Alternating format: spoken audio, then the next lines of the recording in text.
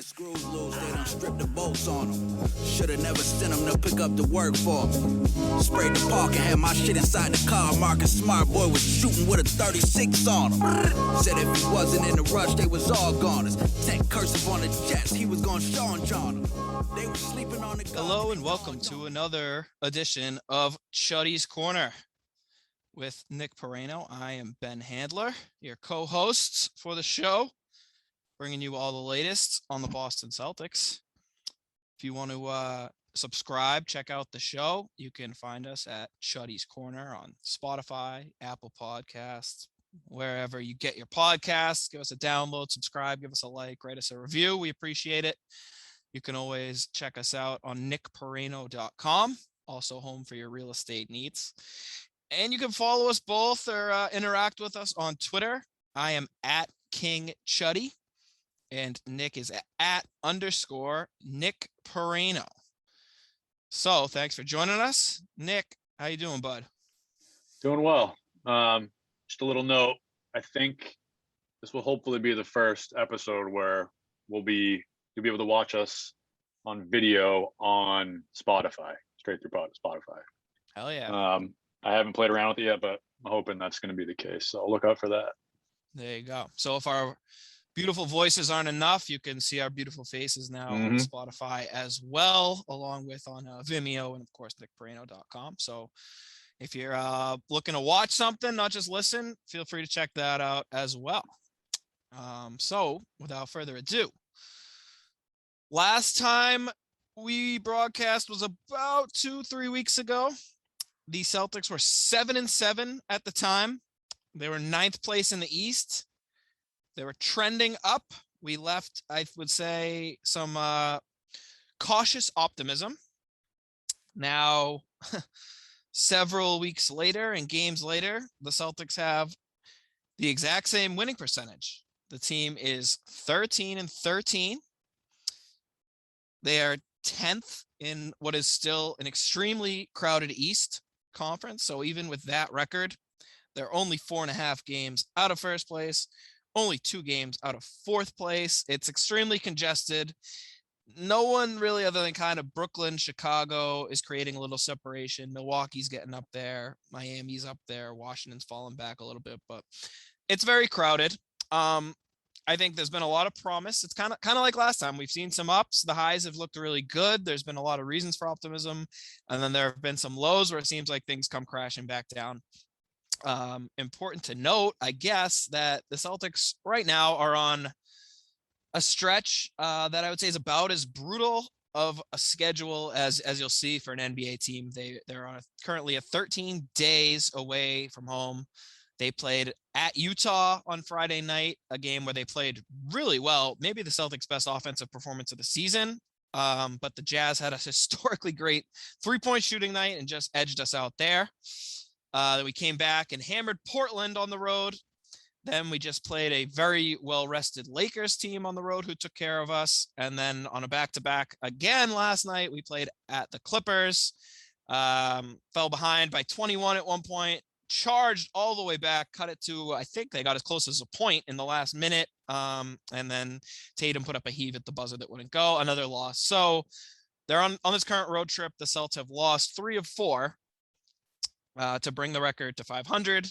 And it doesn't get much easier as they'll finish off this West Coast trip at Phoenix on Friday night and then at Golden State.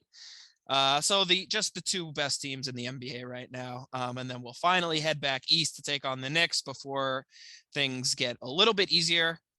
Going into the season, I think anyone looked at the schedule closely and saw like, wow, December is a gauntlet. I think the hope was that the Celtics could kind of just survive this part of the schedule. And I think they're kind of surviving. It would have been nice to pull out 1 or 2 more of these wins, but again, they're treading water. And like I said, they're still right kind of in the middle of that crowded East. If they can come home around 500, maybe steal one of these next 2 would be great. But there's been a lot to digest. And notably, a lot of this has been without Jaylen Brown, who's still battling, obviously, some injuries that, all the reports are positive, that there's no real reason for concern, just being cautious, this and that. But the amount of missed games are racking up. So Nick, where do you want to start with the last stretch of games since we last recorded? Well, so after we started 7-7, there was we were looking pretty good, I think. So it was right after that home and home with Cleveland, or why does it say both games were at Cleveland? That's not right, is it? No. No, Anyways, that is right. They were both in Cleveland. they were both at Cleveland. Yeah, it was like a Oh. series. Oh, weird. Anyways, so then we The schedule has not Atlanta. been kind to the Celtics. Right. So it has been a tough schedule, but also I feel like there's a lot of parity in the NBA this year. There's going to be a lot of teams right around 500, especially in the East. And the only way we're going to separate ourselves is by beating these bad teams. And we still haven't been beating up on bad teams, which is kind of our problem for the last couple of years. I mean, we'll play good teams, we can play them well. You know, if we win half of them, then we win half of them.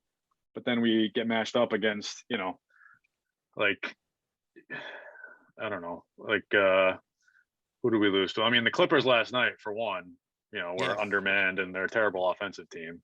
Mm-hmm. But, we can't be splitting games with Cleveland.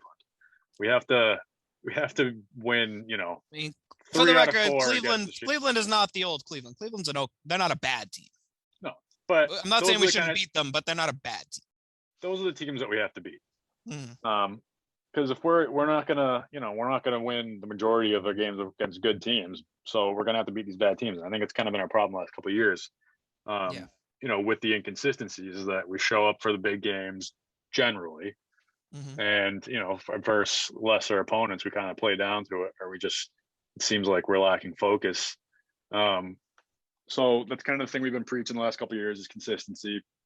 And I do think the consistency has been relative, though I don't want to say significantly better, but noticeably better the last 10 games maybe, even though we're 500. But I do feel like we're not, it's really not like we have a full half of where we play garbage and then another half where we play unbelievable. We do see a little bit of that here and there, but I think generally front to back we've been playing okay, with still some stretches of greatness and some stretches of floppiness. So I still think there's room to grow from a consistency standpoint. But I mean that's pretty much it. I mean, we are a team. I like our roster, and I think we still gotta put it all together. I know we haven't had Jaylen Brown, right? And there's obviously a lot of new pieces, but I feel like they're starting to figure out how to play together. It's just we're not putting it all together for 48 minutes every game of the year. Yeah, and I mean, I definitely agree. And not to sound like a broken record, because it seems like since we've been doing this podcast for a couple of years now, it's the same over and over. We want consistency, but nothing about the team is consistent. Like you said, there's no Jaylen Brown. A bunch of these games there's been no Rob Williams. Schroeder was out for a couple of games. Richardson was out. It's a revolving door of injuries. It's frustrating, but at the same time, like, the season is such a grind, and I think it might be hard for Celtics fans or anyone in general to hear this, but like, this season really is just going to be kind of a survive through the season, figure it out as we go, and hope that we're kind of rounding into form near the end of the season. I mean, that's what happens when you've got a young team, a lot of new parts, a brand new rookie head coach. And that's kind of, I hate to say it, but you got to expect some growing pains. You got to expect up and downs, and then throw in the fact that our second best player has been out of the lineup as much as he's been in there. And it's going to be hard to find consistency. I think since that 2-5 start, which we talked about a lot in the last pod, and then, the players only meeting, the Marcus Smart calling everyone out, I think a lot of things have looked more consistent. Like, the defense has been consistently better. The offense hasn't, but it was like, even in some of those losses, we lost a game to Cleveland, I think 91-89. It's like, score a few more points, but we're holding a team to 91 points. That's good. We lost to Luka on a last second shot. We got blown out by the Nets. Okay. But then there's a game, the Spurs, where it was kind of one of those where you're talking about, we got down by, 20 something, came all the way back, took the lead and should have won, and then blew our own lead. And I think I texted you, was like, man, only this Celtics team you could experience as a fan the feeling of getting like demolished, and then also experience the feeling of gagging away a win in the same game. Like that's the kind of team Right. we're looking at. And it's frustrating, but I mean, again, it's a lot of positives. And then, like you said, yeah, last night, the Clippers on paper, we should crush them, but we've been on the road for 2 weeks. It's a back-to-back. We don't have Jaylen Brown. Like, it's frustrating. And then it's even more frustrating when you get down 21 and you see the way we played in the fourth quarter and we're just stealing the ball, scoring all nonstop, but again, coming up a little short. And it's just like, if we don't have those lapses where we let up such a huge lead and we're letting guys like BJ Boston and Reggie Jackson destroy us, that's a game that we should have been able to pull out. And again, when you're looking, and right now there aren't a lot of easy wins on the schedule. Those are the kind of games you have to have. So, I mean, last night that was frustrating. And as well as they played at times, it's still a frustrating loss. And you look at in the first half, Romeo Langford was one of the best players on the court. I don't think he got a minute in the second half. So that's, I mean, an issue of consistency where it's like, I'm not sure what you want him to do. Romeo he plays great. Why is he not getting minutes in the second half? So I think that, Ime still has to figure out rotation, stuff like that. Again, it's hard when he has a different list of people available on any given night, but I think overall they're building towards something. And I think I always knew this stretch was going to be tough. I kind of looked at how the season started. I looked at the December schedule and I remember thinking, I like how we're trending. I just hope that we can kind of survive December without just getting too demoralized and the record being too bad. And I'd say as of right now, I kind of still feel that way. Like we're 500. If we can come out of this month around 500, ideally a little above it, then maybe we can make a run as the schedule opens up next month. So I agree with you saying about like Romeo, how he sort of has inconsistency with his minutes. That was just a one-off like example. But. Yeah, but I mean, still, it's like, some days we won't see Neesmith, which I do feel like he's been playing more lately, more consistently, but it's also we haven't had Jaylen. Right. So, people are going to get more minutes when he's out. But, something, I mean, there's sort of been a trend with Robert Williams. I don't want to say he's, been playing poorly, but he's not playing. I don't think he's been playing as well as he was early in the year. He's still, making highlight reel dunks. He's still getting block shots, but I mean, you can see it's like reflected in his minutes even. I mean, he's only the last 6 games, 7. Well, I guess that 7th game he got hurt, but so the last 6 games, yeah, the most minutes he's played is 25. And I know that's, that's not bad, but I mean, it's 22, 25, 15, 21, 24, 20. So I don't know if Ime is, starting to not lose faith, but I mean, if he doesn't, he's seeing something clearly with Rob. I mean, it's not like he's getting into foul trouble. I mean, maybe 1 or 2 games he has, but I think he's not reverting back to like, bad habits necessarily, but his consistency on defense, it does seem like he's kind of, early in his career, he was biting on every fake, tried to block every shot, which obviously, blocks are great, but you can't block every shot. And if you try and block every shot, you're probably going to give up more points than not. So I feel like, he's obviously still young and he's trying to figure out how to play, consistent defense. This is his first year as a everyday starter. So there's going to be some hiccups, but the last, 5 games, I feel like he has been maybe slightly underperforming other than maybe like, the Lakers game or well, I was gonna say, I think he was great in the Lakers game. I'm not super concerned about Rob. I think it's a combination of things. I think one, like you said, he's coming back from the injury. So there's no reason to push it. Another thing is like, I mean, Al has played so damn well that in times where we're not playing with 2 bigs on the court, like a lot of times it's hard to take Al off the court in a tight game. It's not really a knock on Rob. It's more just that Al has been so awesome. Another thing is like, obviously we want to stretch Rob out, but you still want to be safe with it. Like, it's not like we have to just suddenly be like, well, we're paying you this money now, so you're playing 35 minutes a night. And that's that. Like, we don't have to run him into the ground. I think much like Al, I mean, you have to be absolutely thrilled with the way Grant Williams has played. So he's earned real minutes. And, your boy Ennis Freedom has somehow found his way back into the rotation, much to my chagrin, largely, but he's getting minutes too. So I think it's, our big rotation has been deeper than we probably anticipated it being. And like for the most part, the other bigs, especially Grant and Al, have played really well. So there's been a lot of times where I think we probably don't need Rob to be playing 30, 32 minutes, even if he's capable, even if he feels like he can, he's healthy enough. I think it's good that we know that that's possible in a playoff game. And there are certain matchups in a game like the other night against the Lakers where he was just absolutely dominant. So I guess I'm not like super concerned about scaling back the minutes a little bit. And I guess for the reasons that it's been happening, it doesn't seem like there's been any ill effects of like re-aggravating injuries or that he's struggling night in and night out. Yeah, I mean, there's definitely been some defensive lapses, but again, like you said, this is his first time as a full-time starter. He's playing a lot with another big guy on the court.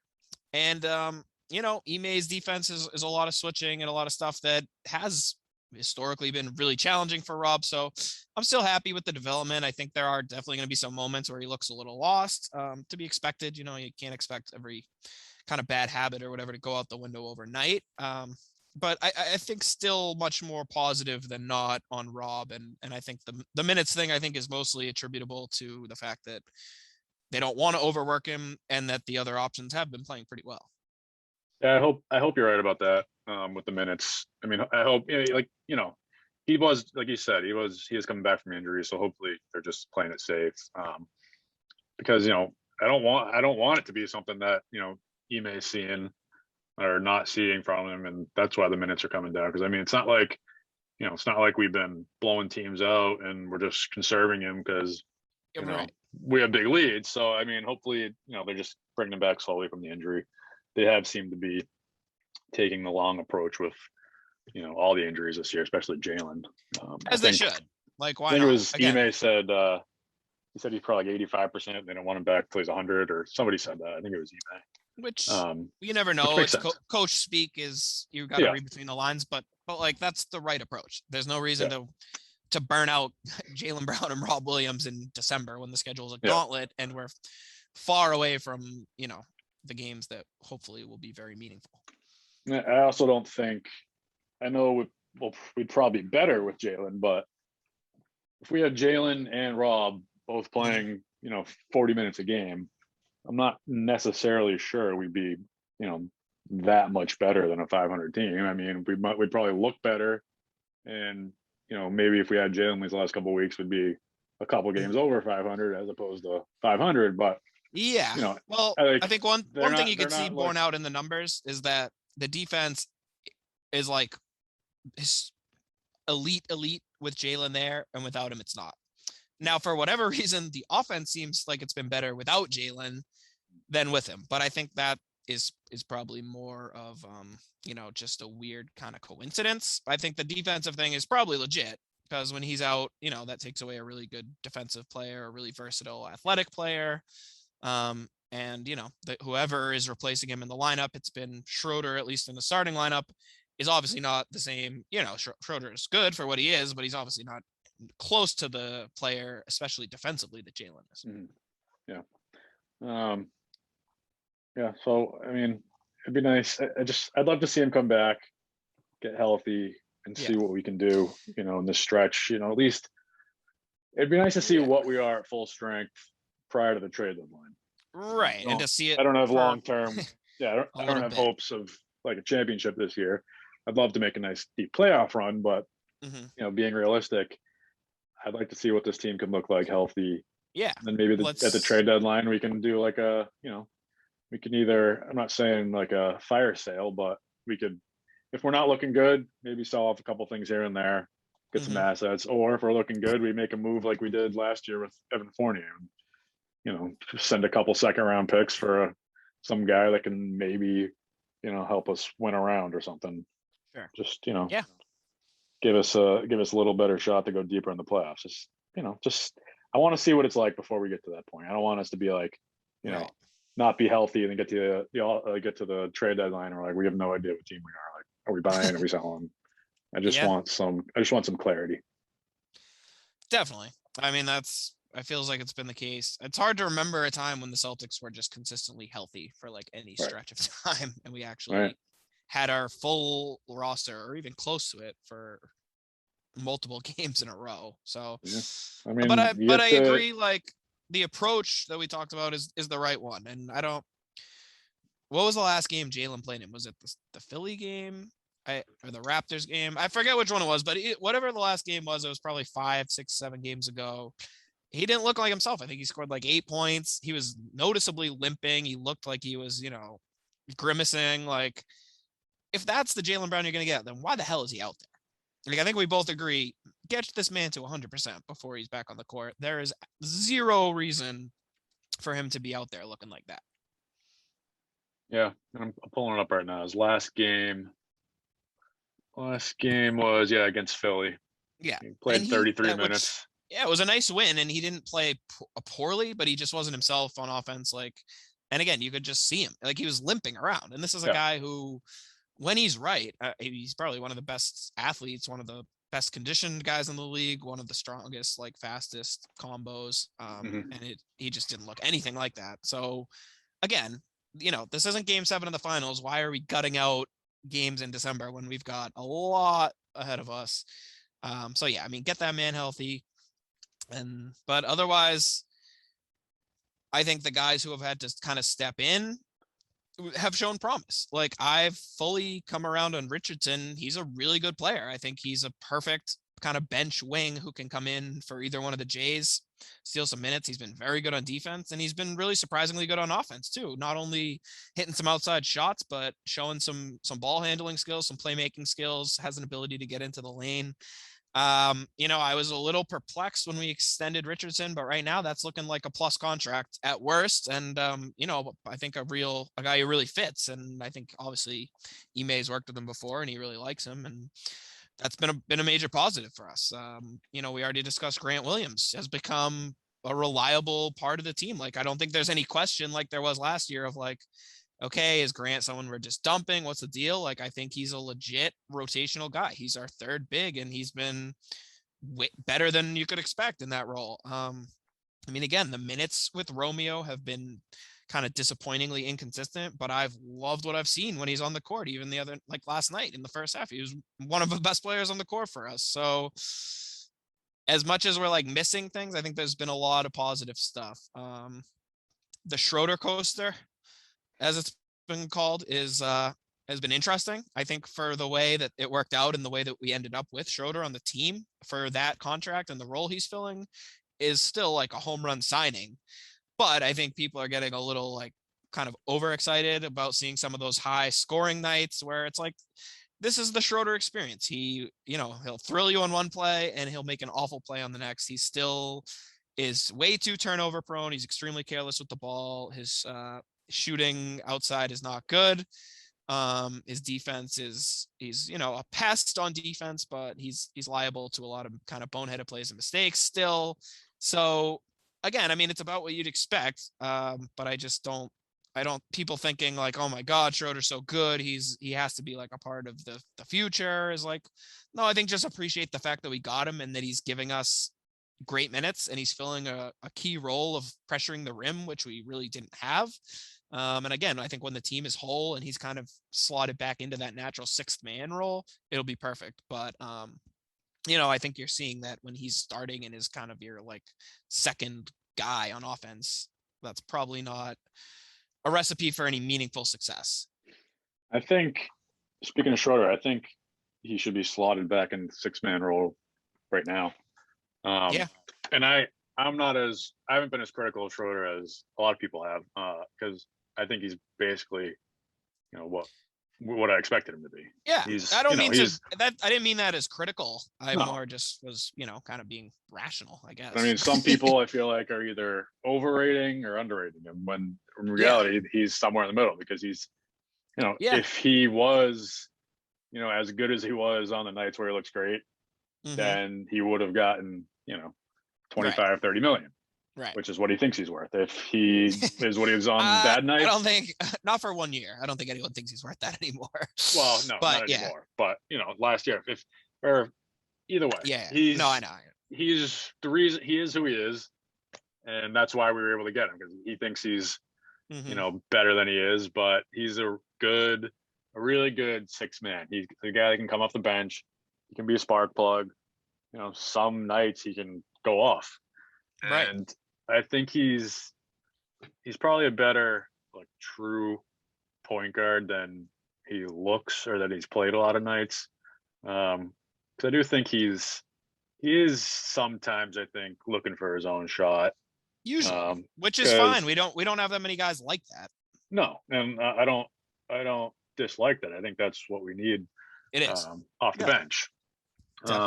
So I think we could get more offensive consistency because, strangely enough, our defense finally seems reasonably consistent, and our offense seems to be the part that's goes in slumps. Definitely. And I think slotting Schroeder back into the 6-man role makes more sense because that's what he's going to be the rest of the year, hopefully, when Jaylen comes back. And then I'm thinking,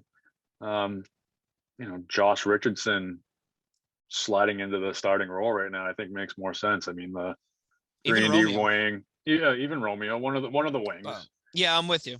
I'm with you. Get that scoring, get that rim pressure on the bench. And there's been games where the offense looks completely stagnant and Schroeder comes in and he just creates offense. And that's what he does. And that's what you need. He's a microwave scorer. He really is kind of like the ideal 6th man, which is what he's been his whole career and what we signed him to be.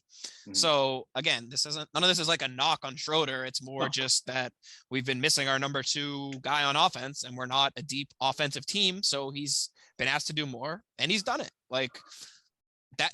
There's no other way to put it. Now, I think, let me know what you think on this, but I think a lot of people have kind of mentioned that like they basically, if the Celtics don't look like they're a real contender, they have to get something for Schroeder because, they're not going to be able to bring him back or whatever. Where I kind of say, like, first of all, what are you really going to get for Schroeder?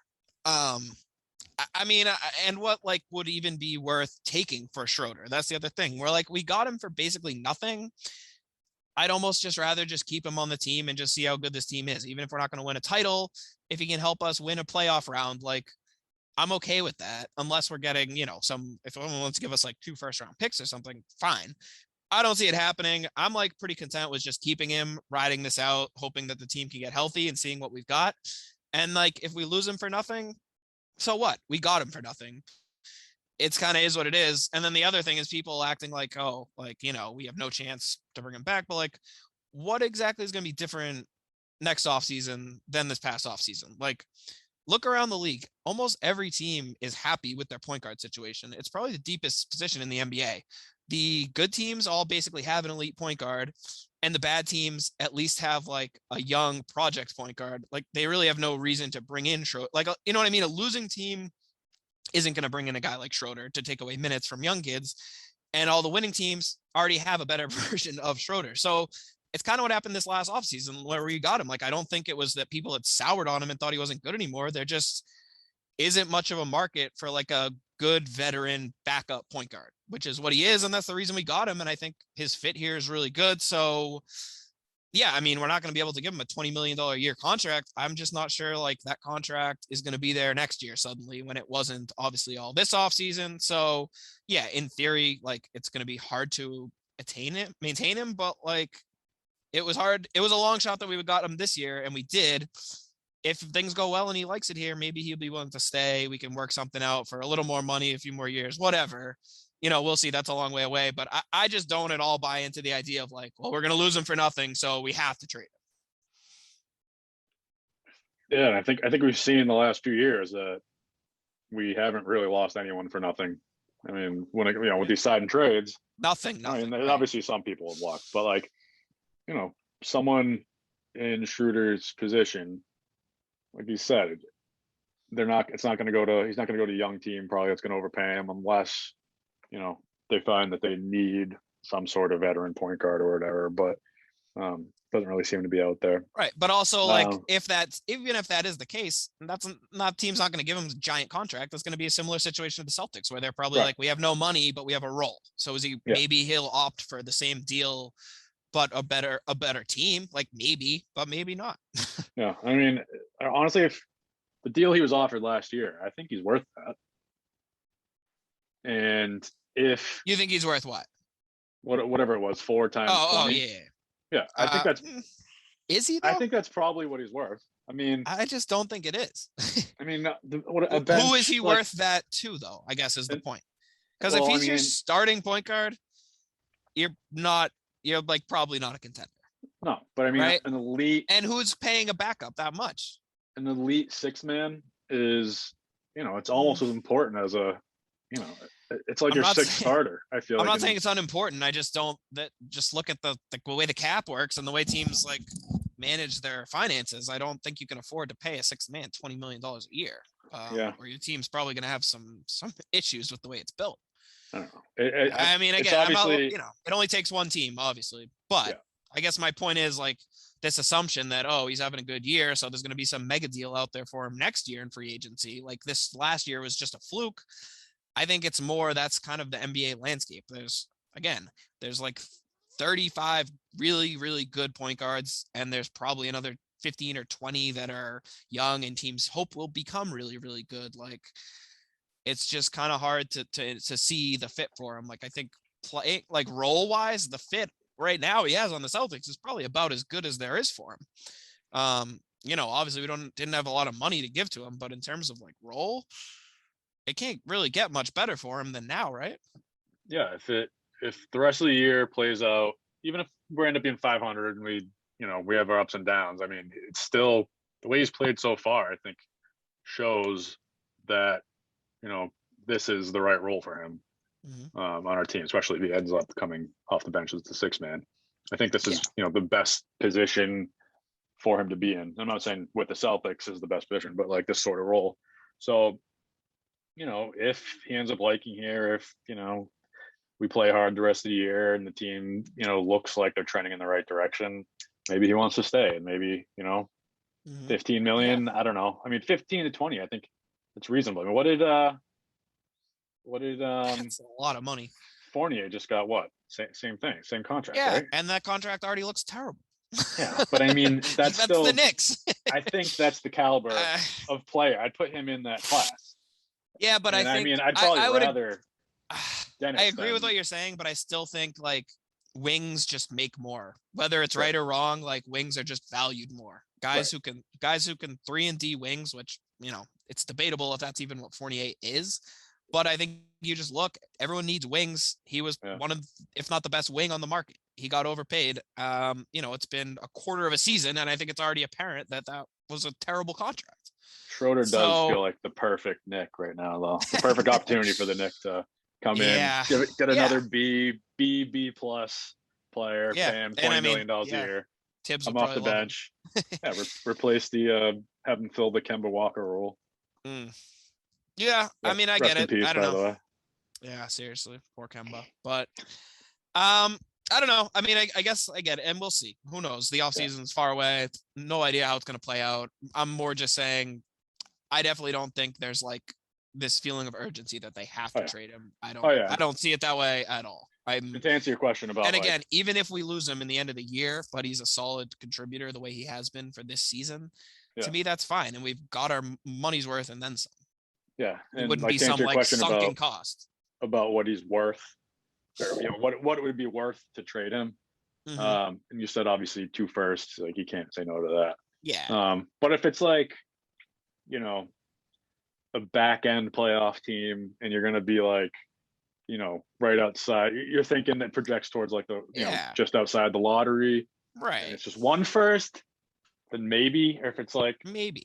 But like, if it's a pick in the early 20s, right? Like, are you doing that? Like, maybe, but I don't know. That's if like, he doesn't look good, or it doesn't look like it's working out. The team's not going anywhere. But at the same time, is it really worth it to, make it look like we're selling at the deadline for a pick in the 20s when we could hold on to him, try and make a run, even just a playoff push, even if we're like fighting to get into the playoffs. Exactly. Just, I'd rather let the team know that we're, we still want to win games. Exactly. I'd rather go into the playoffs with as like a 6 or 7 seed with Schroeder playing an important role and, see what happens than just, dump him for like the 22nd pick in the draft next year, which we have, we've got enough kids and draft picks. And I don't want any more draft picks, but just from a value, unless we're trying to just fill the cupboards for a big trade, if that's the route that we decided to go and we're just loading up because we got, a Beal trade on the horizon or whatever, like, then that's one thing. But if it's just a feeling of like, oh no, we can't lose Schroeder for nothing, then like, all right. I'm out on that idea, I guess. But I think honestly having him in the offseason as an option for a sign and trade, I think might be more valuable than a pick in the 20s. Yeah, and I think that I think this team is kind of like the right identity for him. We're like a scrappy team. Not a lot of like, we have got like stars, obviously, but it's not, we've kind of become what we wanted and what Ime is all about, like a team of dirt dogs. We've got like guys like him and Marcus and Richardson, and then, Al's older, but another guy, like, it's kind of a scrappier team, and he fits well with that. So I think, they'll work with Schroeder. If he wants to leave and is like, trade me to a contender, then we probably will. But if he's happy, I think it's been a great arrangement for both sides, and I'm willing to kind of ride it out. Yeah. So we'll see how it plays out, before the trade deadline, obviously, and we'll reconvene. But I think, as it stands right now, I think I probably agree that we're better off holding on to him, see what we can do in the offseason with him. I think he's, at least as far as we know, is, good for the locker room. He's probably a good vet for some of these guys to have around. And, he's not, I'm not saying he's our leader, but he seems involved. And for me, a lot, I don't want to take too much away from it, but our last win the other night in Portland, which was just a beautiful performance all around. And I mean, that Portland team was obviously missing most of their good players, and they're struggling a lot and what have you. But to see the Celtics not only kind of put it all together with like a historically great offensive performance, but the fun they were having at the end of that game. Right. And I mean, I know that's, the homecoming for Peyton Pritchard, and they just put him out there and he was launching from the logo left and right. But I mean, the bench was going crazy. And it's like, anyone who questions if the Celtics care, if they get along, like locker room issues, chemistry issues, just go and watch the clips from the fourth quarter in that Portland game and tell me that's a group of guys that don't like each other. And Schroeder, he was right there in the mix as much as any of them. So like, if he's having fun, if this team, they're trying to build something, and I think we're moving in the right direction, I think Schroeder's a part of it. And I think that's what most people want to see, is that sort of, camaraderie and everyone, playing for each other, which has, we haven't really had people playing for each other, I feel like, or hasn't seemed like it in a while, where, everybody's rooting for each other. And obviously that's what was going on the other night. And it'd be nice to see that a little bit more, even when we're playing well, let's just everyone get excited. Let's have some fun. And it was nice to see. And I hope we do see more of that, but, hopefully it's not just in blowouts. But I think, it's easy to have fun when you're, beating a team by 40. So right, exactly. That helps. But so I mean, moving through some of the guys, like we already kind of talked about Josh. I think we're both thrilled with what Richardson's done. Yep. I mean, Al, we talked about a lot on the last pod. It's been more of the same. Like, I don't think there's much to say about Al. He's just been amazing. Yeah, he's awesome. Marcus too. I mean, since that kind of slow start to the year when we were 2-5 or whatever, the lights flipped. He's been as good as ever on defense and really good on offense. I mean, his assist numbers, shot selection this year. Yeah, like I think everything you would want from Marcus being the starting point guard is what we've gotten. Like he's as consistent as can be. There's not too much to say. He's the Marcus that everyone loves and trusts. When he gets into the paint, I feel like it's going in 90% of the time. Or he's getting fouled. Or he's getting fouled. And some of these shots, it's like it's unconventional the way he puts up some of these shots, but it's like, I don't know. They just go in, and I mean, bully ball. Yeah, he hits at a high percentage. And he's not as sporadic from behind the three as he's been in the past, but I think it's just because his role is maybe a little bit different now. But I mean, he asked for more playmaking. That's kind of when he called the team out. He said, like, this ISO ball, everyone looking out for themselves, whatever. Let me make the point guard. Let me make plays. And since then, he's absolutely done that. I mean, I know he broke the streak, but he had more than 5 assists in like every game since then, I think, except for one. Yeah. Like, and it's been more than just that. It's, the passing, he's getting good guys involved in the right spots. His connection with Rob on the alley-oops when he's in there is really fun to watch. And then, like you said, his finishing, especially in the paint and around the rim, it doesn't always look pretty or conventional, but like, you're right. It's going in. You're oddly confident. He goes up for like a weird looking finger roll from the foul line, and Right. you just think it's going in, and it does. Like, he's got very weirdly like good touch around the basket. Like I said, it doesn't always look so pretty, but it's effective. So, I mean, again, not too much to say about like all of the quote unquote role players. I think have been what you've expected or better. So let's talk about Tatum, because we talked about him for a while last time. We were very concerned. He was mired in really the worst slump of his career. We were kind of wondering what's going on. Since then, I'd say he's turned it around. He's had a couple clunkers, but he's been, for the most part, back to pretty much usual Tatum, like mostly scoring at 30 or above 30. The rebound numbers have still been super high. He's putting up, more double doubles, I think, already than he had all of last season. Like, the rebounding looks legit. And it, like we said last pod, it's real rebounding. Like, he's getting in there and mixing it up and getting big rebounds in traffic that we need. And then the passing and the playmaking, like, it's a work in progress. And there were nights like last night where he made a lot of bad passes. He's turning the ball over a lot, but like, I think he's doing all the right things. He's playing the way we want him to play. And now the shots are falling a lot more. I'm feeling pretty good again about Jason Tatum. I don't know if I'd say like he's all the way back. And honestly, the start to the season was such a bad slump that even if he plays really well the whole rest of the season, those end of the year shooting splits and like numbers might look like a down year for him. But overall, I'd say like he's pretty much all the way back and is now, I would say, progressing in like the playmaking department and other places in the way that we would want to see. I think, yeah, he's definitely come a long way since the beginning of the year. I mean, that slump was like concerning. It was. And I mean, I think most people thought he was going to break out of it to some extent, and it's been more of like a gradual progression than, all of a sudden he had this game where he exploded and then now he's going nuclear. But he I have like the way he's been playing, and even on games where he's not like whoa, he had an like unbelievable offensive game, he's still contributing one way or another. I mean, that Toronto win, what do you have? He only had 8 points, but he had 10 assists, still had 7 rebounds, and it's not like he was turning the ball over a ton. I mean, he had 4 turnovers, but it's like.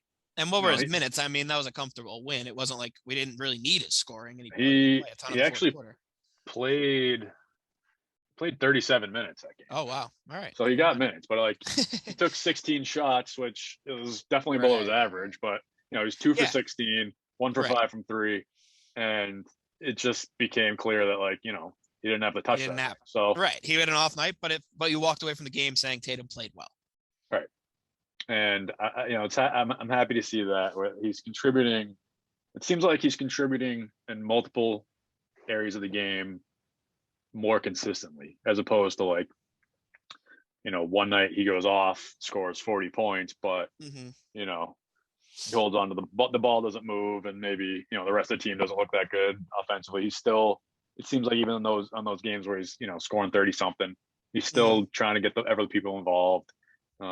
He's like, his rebounding is unbelievably consistent, and it's like, it's not like, I don't know what he's averaging, but it's not like he's averaging like he's getting like 8 a game. It's like he's getting like, it feels like every game he gets 10, and then he is close to 8 a game, but but I mean, it's not like, well, let's see, I got it right here. He has 8 games where he has 10 to 14 rebounds, 2 where he has 15 or more, and then 5 to 9 he's done 14 times. So I mean, the majority of the time he's in that 5 to 9 range, but I mean, he's getting a lot of double-digit rebounding games, and like we said, they're not hollow rebounds. He's going down there, he's getting these strong rebounds, he's fighting for it, and that's an underrated aspect of the game. And people always get excited about rebounding numbers, like Right. Andre Drummond averaging 15 rebounds a game. It's like, well, yeah. All right. I was just gonna say he's not. This isn't Andre Drummond or Russell Westbrook like stat Right. padding. He's Right. going in there and But, doing it, and I think he's gotten smarter about kind of what the team needs from him to win. Because I think there were nights where Rob was out and Tatum's basically playing the 4 all night, and it's like, all right, you got to get in there and mix it up and get tough rebounds for us. And then there's been other nights like this road trip, the 4 games without Jaylen, and Tatum's put up 37, 31, 34, 29 last night. Like, okay, Jaylen's not here. I need to score. He's done it. Rob's not here. I need to rebound more. He's done it. And, that's what you want from your leader and from your superstar. yeah. And, I'm encouraged from what I've seen lately. I mean, I think, I don't think, hopefully this isn't his ceiling. He's still progressing, and this is sort of like the next step in his progression. Right. But I think we're back on track of like where the progression should be.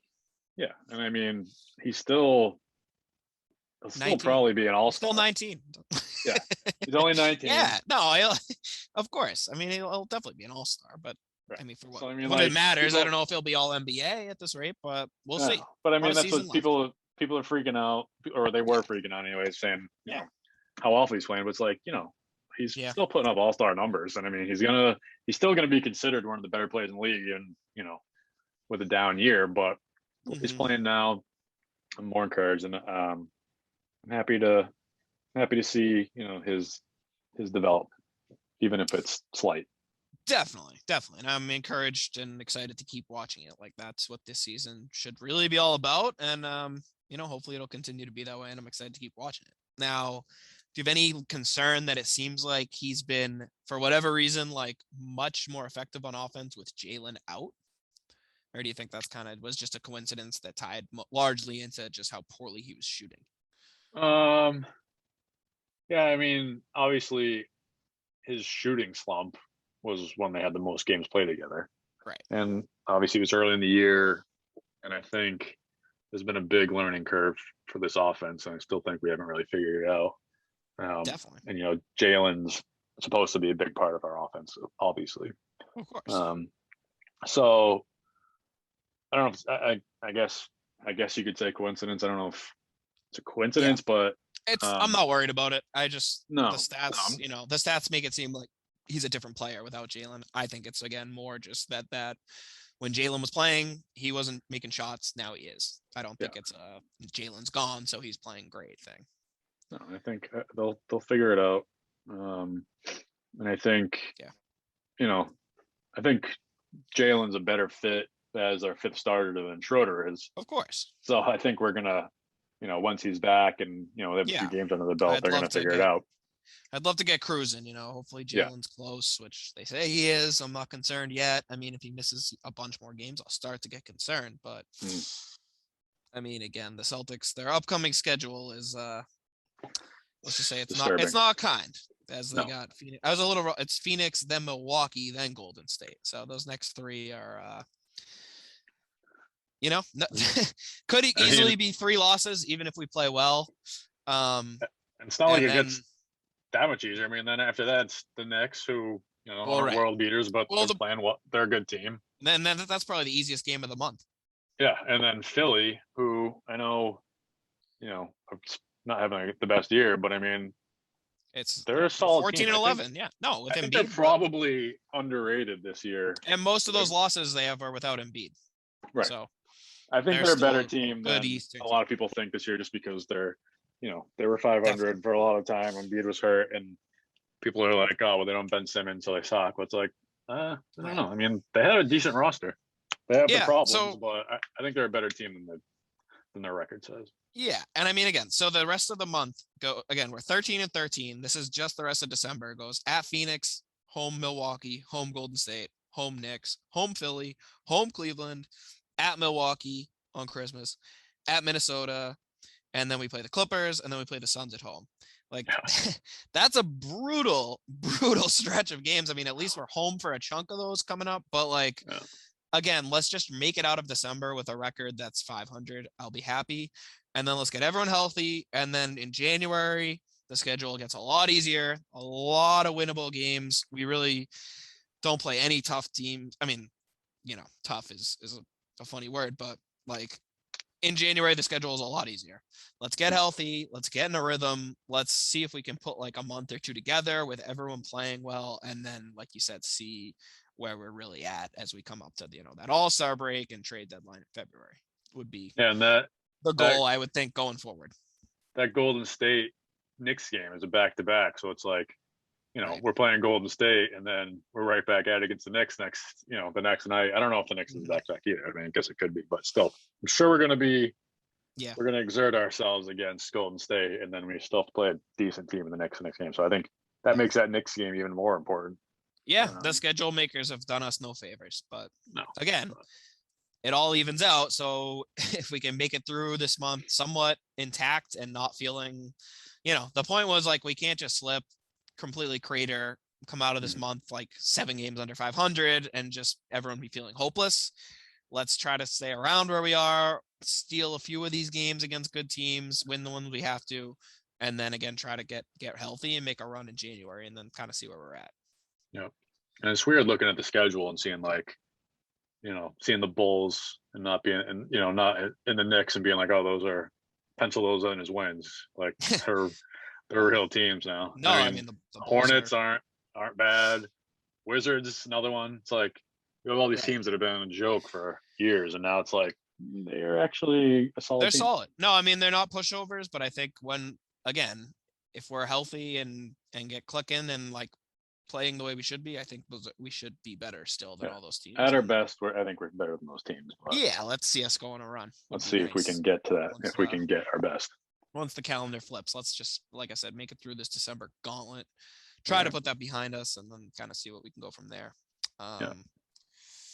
Last, if we can end the year 500, I'd be happy about that. I think the calendar year, yes, and the calendar year, correct. Yeah, no, I mean it sounds like almost like a loser mentality, but being realistic, it's hard to say otherwise, especially with Jaylen's status very much in question.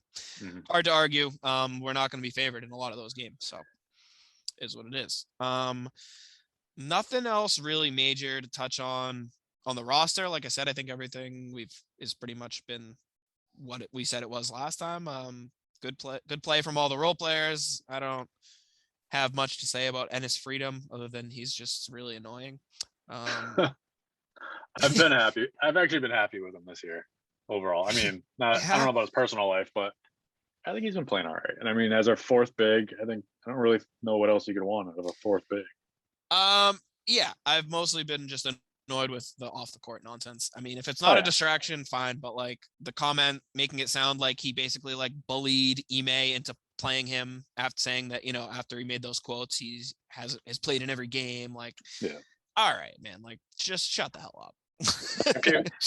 Everyone seems to like him, so that's what I'm saying. If it's not a distraction and the guys in the locker room like him, like fine. But if this becomes a sideshow for the 12th man, who's like maybe the worst defender in the league, just like cut him. Just cut him if it's that. Like, but I have no problem with him playing 5 to 10 minutes a game, and his role on the court is fine. Yeah, well, he can rebound and he can get you a couple of easy buckets if your offense is stagnant. So I'm happy with that. Okay. I'm with you. So say the last thing, unless you got anything else like major to touch on, is reports coming out that basically the Pacers are willing and ready to blow it up. Did I say the Pacers? Yeah, you did. Okay, the Pacers, the Blazers perhaps as well, maybe not to the same extent, but it seems like they're kind of on the hunt for trades. There's some other names floating around. Anything like that really piques your interest as like, oh, that's a good potential trade partner for the Celtics. There's something here, or just like kind of meh. Not with Portland. I don't really know. I feel like at this point, assuming Dame comes back healthy, they're still going to be trying to add to make their team a little bit better. I definitely don't think they're at the point of trading Dame, especially after firing Neil Olshey, the GM. I think now that means like the obvious move is to trade anyone but Dame and see if you can somehow improve the team. That being said, I don't think we have anything that can make their team better that would make it worth it for us to take in return. They don't And I know it's come out that he said he's loved to play with like a defensive minded wing or someone like Jaylen. Yeah. But I Of mean, course he would. we can't like.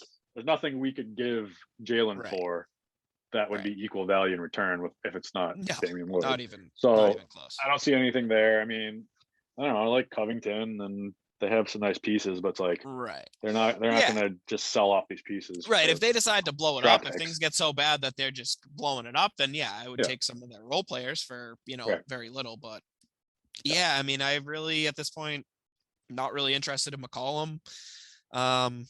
Like I don't know if he'd be a huge upgrade over any of the guys we have, and his contract is not looking great. And now he's got a collapsed lung, so like I'm not even sure if he really is tradable. Right. And then even Dame is now saying he was demanding like a 2-year extension where he's going to be 36, making $55 million a year.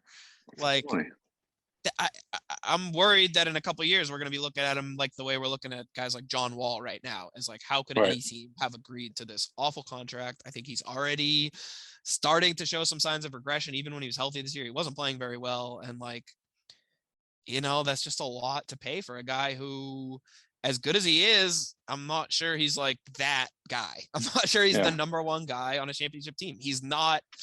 I think he kind of fancies himself as like Steph Curry. If he could get that kind of supporting cast, he's just not like Steph Curry. They're similar styles, but Steph is one of one.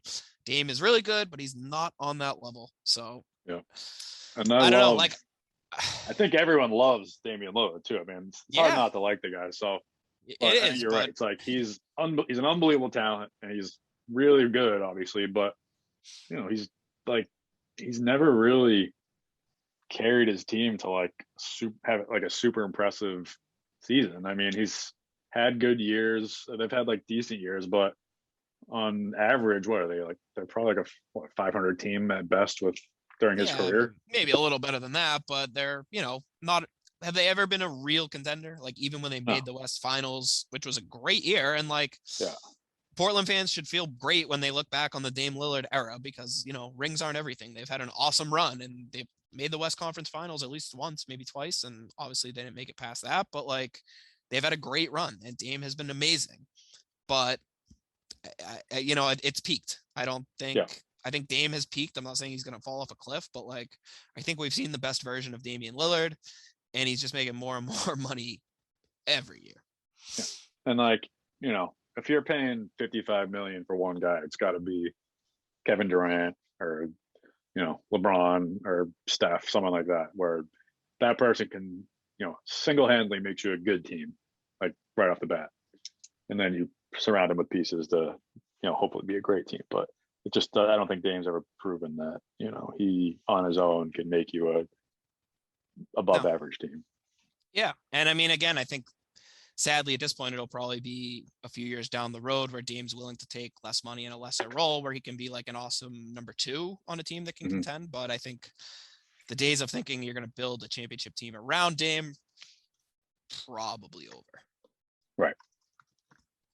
Okay. What about the Pacers, who seem more likely to be actually willing to listen to like any and all offers? Anything there? I mean, I like some of these players individually. And keep in mind that due to Malcolm Brogdon's contract extension, he's not eligible to be traded this year. So it's this year? Before the trade deadline. So this season, he cannot be traded. So really, anyone who's thinking Brogdon would be the guy to go target, can't do it. I thought it was like, I thought at some point before the trade deadline he would become available, but that's unfortunate because he is the guy that on that team that I'd want. I think it's the guy on the Pacers that we've all wanted for a while. But I mean, I like Sabonis, but he has limitations, and I mean, I don't know what we're gonna give up that would make us a better team with him. I guess realistically, especially this year. I think like we talked about the other day, Al is pretty much playing better than he is this year. So. Yeah. Like even if Al he's a way better defensive player, and that'd probably be a downgrade. I like Sabonis, but what we've got are 2 guys on offense. Like, Sabonis is going to come here and be a third option, and then like a minus defender and make all that money. What's the point? And what do they? They're going to want what? Jaylen Brown? Like, that's, you hang up and laugh. So Yeah. a lot of it, like you said, there's some parts I like, but if you look at the contracts and the assets, like I just don't, a lot of it just doesn't make sense. Yeah. For the Celtics. Turner's not really a fit on our team. I mean, Like, again, I it's don't know. same deal. Like, we've got Rob Williams. I don't Yeah. think we need a Miles Turner. No. And I've always been a big LeVert guy, and I know me and you talked about this. I think it was yesterday. There's probably not enough room for him and Schroeder on the same team. I think they just kind of, feel like it's kind of an overlap. Yeah. LeVert, is like an ISO scorer, and Schroeder's not just an but ISO is scorer. LeVert worth $7 million more a year than Richardson in that role? Like, I don't really think so.